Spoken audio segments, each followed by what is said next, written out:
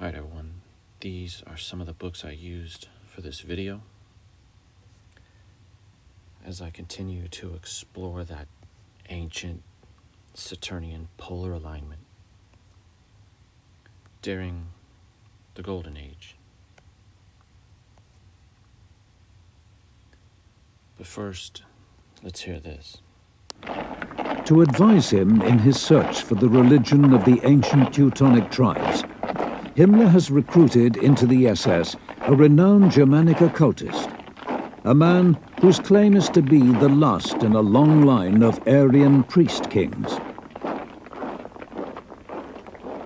Karl Maria Willigott was born in Vienna in 1866. During the Great War, he'd risen to the rank of colonel in the Austrian army. Willigott claims to possess ancestral clairvoyant memory, the power to recall the history and experiences of the Germans over thousands of years. He believes that in himself is an unusually pure strain of the normally latent psychic powers of the Aryans. Willigott's clairvoyant visions have told him that German blood, culture, and history are far more ancient than historians and scientists can know. According to Willigott, the history of the Aryans had begun in 228,000 BC, an era in which there were 3 suns in the sky and the world was populated by giants and other fantastic creatures.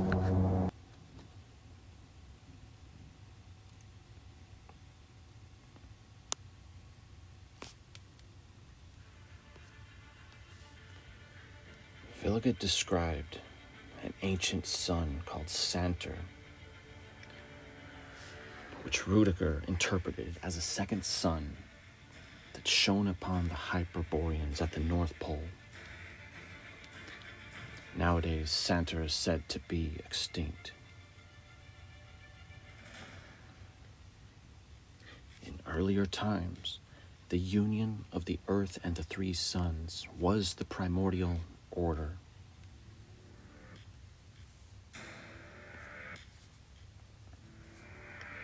For the Bantu-speaking Fan people of Africa, in the beginning, there was only God, made up of 3 parts.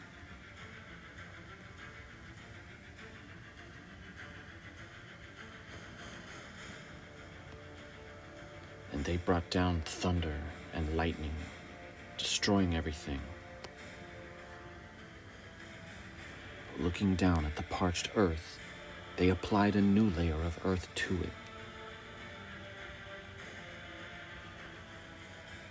In Sumatra, the Batak trinity of 3 worlds is held together by a world tree.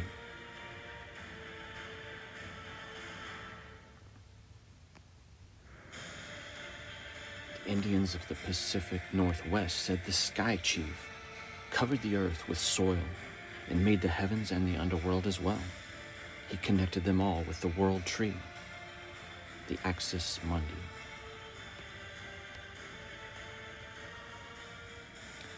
So we see this ancient global archetype, the separation of heaven and earth.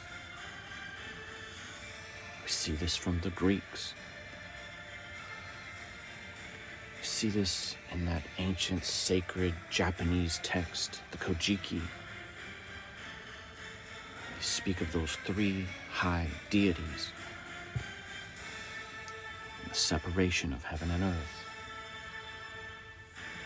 and the sun and the moon being released.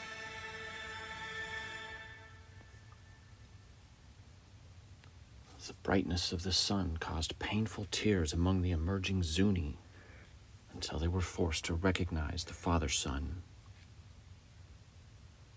The Tiwa people came out into a new world full of blinding light and were terrified.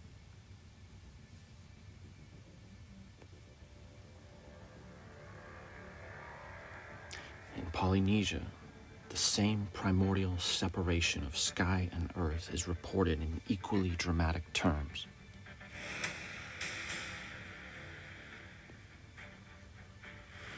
The Navajos say when earth and sky were separated, caused a terrible flood.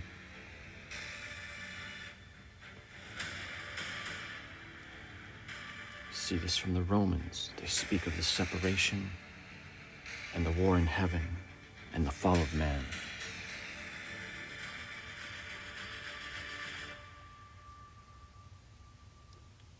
We, of course, see this from the Egyptians. In the Vietnamese version, a giant raised the sky from the earth.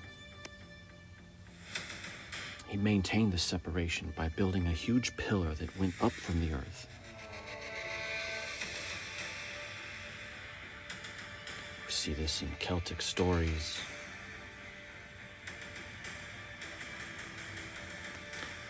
Here it is noted that 5 Sumerian myths recount a creation scene with the separation of heaven and earth.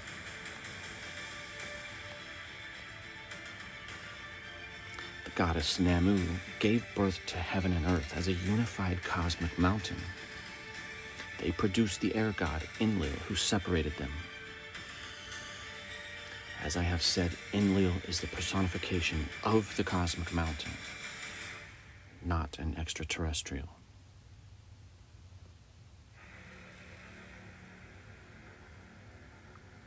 You can compare this with El's cosmic pillar or mountain,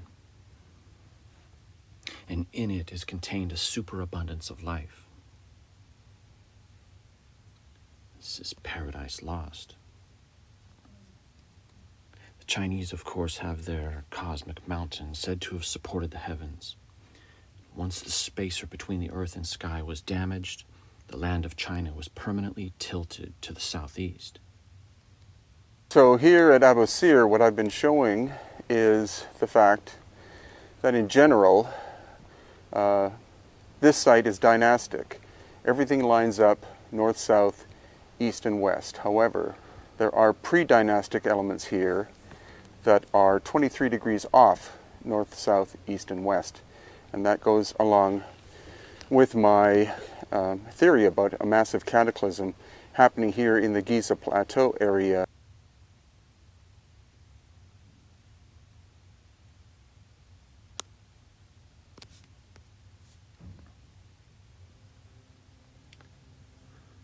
So who or what was perceived to cause this great separation? I have said in the past that this god, Tain, is the personification of that ancient squatter man, Taurus field. We are told that slowly did Tain rise between the earth and sky. He strove with his arms to move them. And finally, sky and earth began to yield. The sinews that bound them stretched and ripped. It was the function of the Mesopotamian temples to heal this break, and on festival occasions to link the separated pair for the restoration of fruitfulness. It was the cosmic function of Baal's temple to bring fertility and cosmic harmony.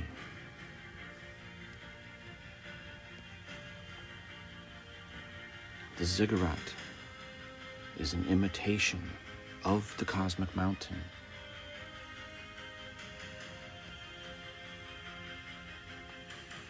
Just as the Great Pyramids symbolized that primal mound.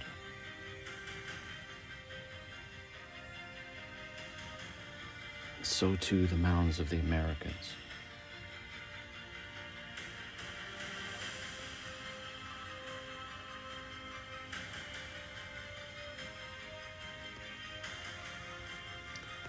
The Zoroastrians recall that the sun began to rotate rather than to stand still, causing day and night.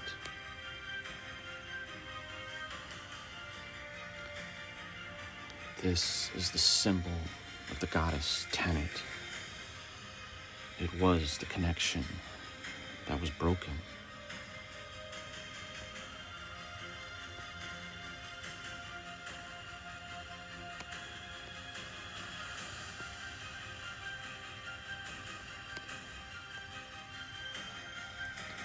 Tanit combined the functions of mother goddess, city-state protectress, and queen of heaven.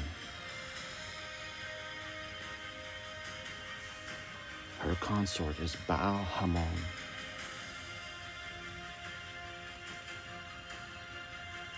Baal Hamon is the Greek counterpart of Kronos, aka Saturn.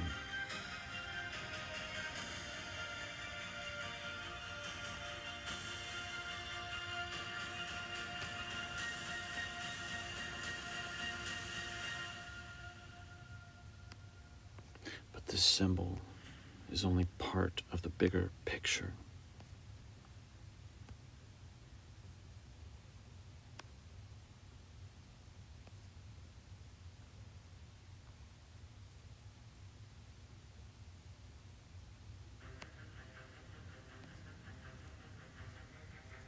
This is the bigger picture.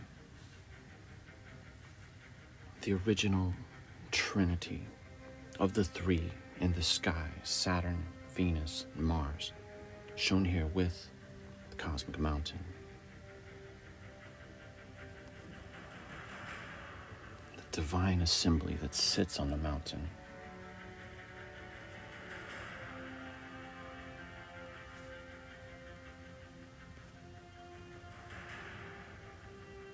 It's that source of fertility.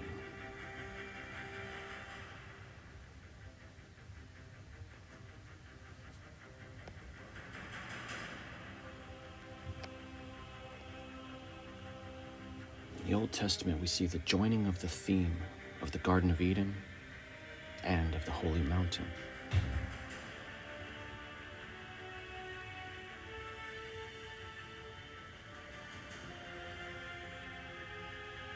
He lives in Eden, which is the mountain of El.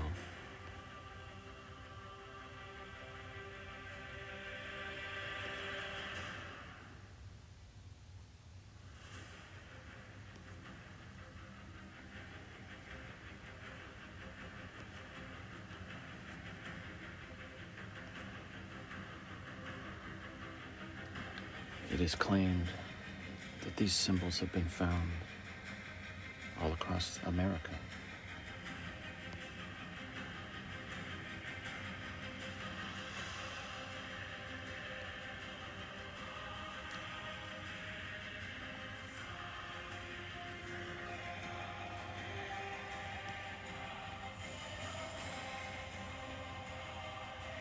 So when I hear these stories of that god or goddess squatting in the north, I can't help but think of our squatter man at Torresfield, under the assembly of the gods.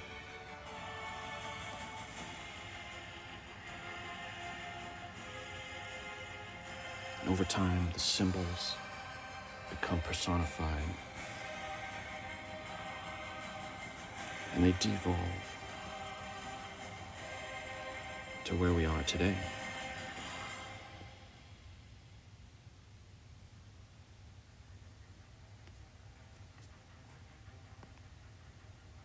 The Cherokee Indians said, "In the beginning, the great power made a beautiful world of earth, waters, and sky. Up north, he made the most perfect place, a paradise where it was always warm and where there was always plenty of good food and water. In that land, all the animals and people could understand each other and were friends. There was no need of shelter or clothes."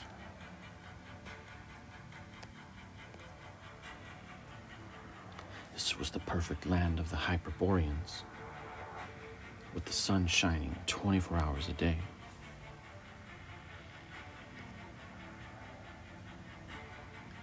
Pindar described the otherworldly perfection of the Hyperboreans. Never the muse is absent from their ways. Lyres clash and flutes cry, and everywhere mating choruses whirling. Neither disease nor bitter old age is mixed in their sacred blood. Far from labor and battle they live.